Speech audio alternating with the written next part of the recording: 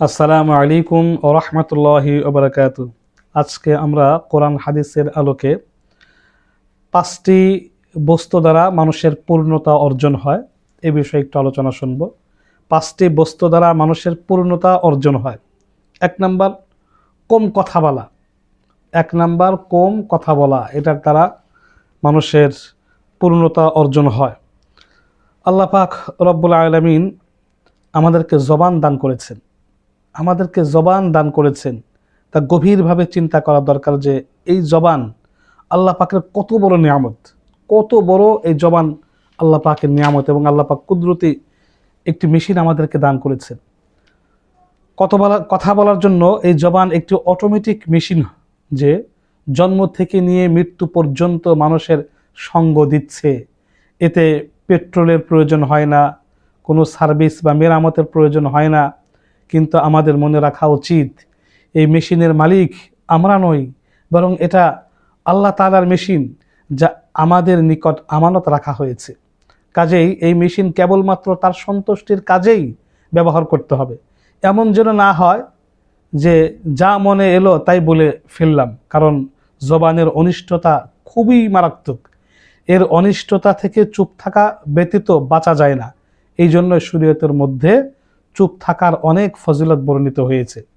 আমরা যদি চিন্তা করি যে আল্লাহ পাক রব্বুল আলামিন আমাদের কান দিয়েছেন দুটি, মুখ দিয়েছেন একটি, এর কারণ কি? এর কারণ বা হিকমত হলো যে আল্লাহ পাক রব্বুল আলামিন আমাদেরকে বুঝিয়ে দিয়েছেন যে তোমরা শুনবে বেশি, বলবে কম।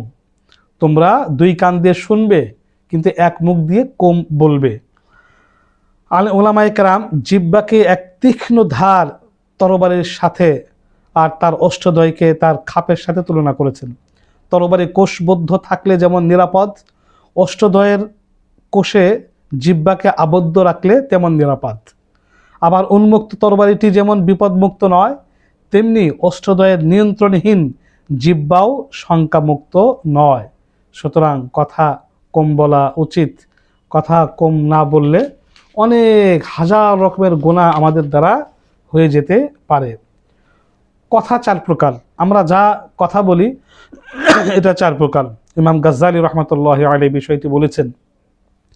এক নম্বর, যে কথার দ্বারা ধর্মীয় কোনো উপকার নেই, বরং শুধু ক্ষতি আর ক্ষতি, এ প্রকার কথা থেকে পরহেজ করে থাকা জরুরি।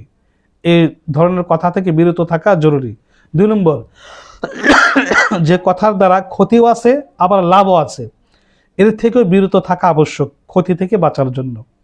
তিন নম্বর, যে কথার দ্বারা ধর্মীয় কোনো উপকার তো নেই, আবার ক্ষতিও নেই, এটা অনর্থক কথা ও এর দ্বারা মূল্যবান সময় নষ্ট হয় এবং অমূল্য জীবন বিনা কাজে অনর্থক ব্যয় করা হয়। তাই অনর্থক কথাবার্তা থেকে বিরত থেকে এখন শুধু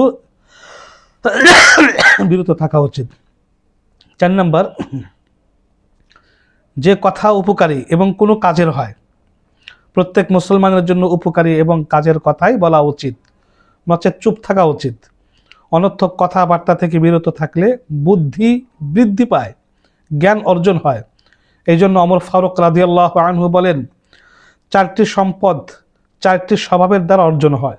অল্প কথা দ্বারা জ্ঞান অর্জন হয়, অল্প আহার দ্বারা সুস্বাস্থ্য অর্জন হয়, অল্প ঘুম দ্বারা ইবাদতের যোগ্যতা তৈরি হয়।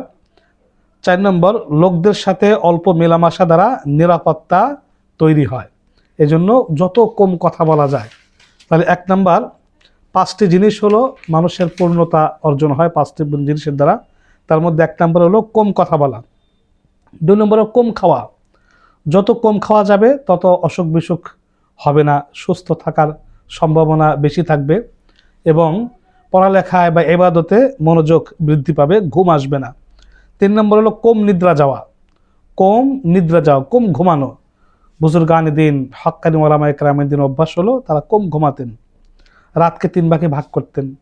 এক ভাগে শরীরে হক আদায় করতেন ঘুমিয়ে, আর এক ভাগ স্ত্রীর হক আদায় করতেন, আর এক ভাগ আল্লাহর জন্য নিবেদিতভাবে নিজেকে উৎসর্গ করতেন।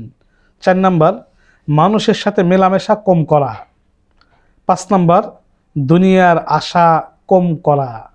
এই 5টি বস্তু দ্বারা মানুষের পূর্ণতা অর্জন হয়। 1 নম্বর হলো কম কথা বলা, 2 নম্বর হলো কম খাওয়া, 3 নম্বর হলো কম ঘুমানো, 4 নম্বর হলো মানুষের সাথে মেলামেশা কম করা, 5 নম্বর হলো দুনিয়াবি আশা কম করা। এই 5টি বিষয় আমরা অর্জন করার এবং যেগুলো বর্জন করার ওইগুলো বর্জন করার চেষ্টা করব। আমিন।